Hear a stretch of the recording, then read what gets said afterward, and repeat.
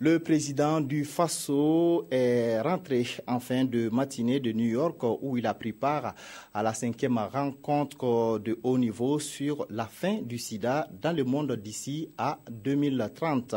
Après avoir présenté les avancées du Burkina en matière de lutte contre le sida, le président du Faso est revenu sur les actions prioritaires à mener par les pays africains pour stopper les nouvelles infections.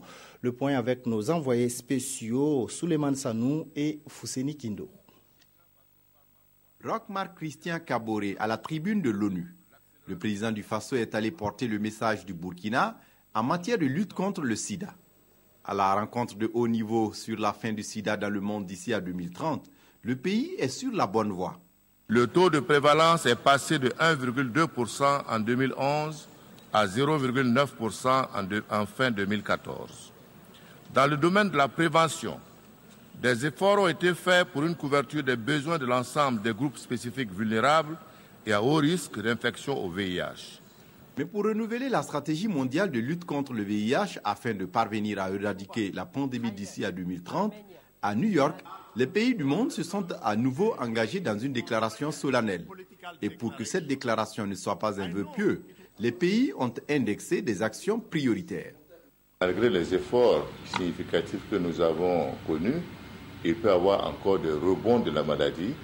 Et c'est pour ça que l'ONU-SIDA dit que si un quart des investissements sur le sida étaient mis sur la prévention, on aurait pu gagner encore des pas conséquents dans la lutte contre le VIH-SIDA. Donc ça, c'est un premier point qui montre que la prévention est quelque chose qu'il faut véritablement engager, sensibiliser, informer et sur l'ensemble des techniques de protection de la transmission pour le sida et également lutter pour qu'il y ait moins de transmission de la mère à l'enfant. Ça aussi, c'est une préoccupation qui est essentielle, qui a été développée.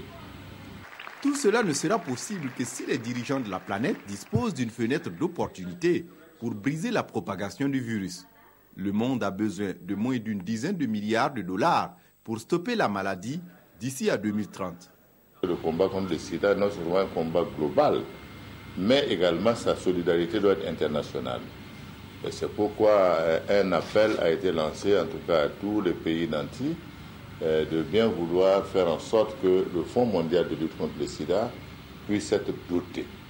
Et que chaque pays fasse en sorte que 15% de son budget soit alloué à la question de la santé.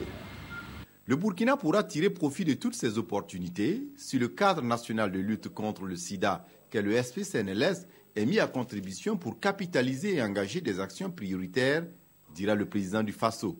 Le pays a affirmé clairement à New York sa position pour la prise en compte effective des populations clés, notamment les prostituées, les hommes ayant des rapports sexuels avec d'autres hommes, les plus vulnérables à la pandémie, et le pays souhaite qu'ils soient au cœur de la riposte.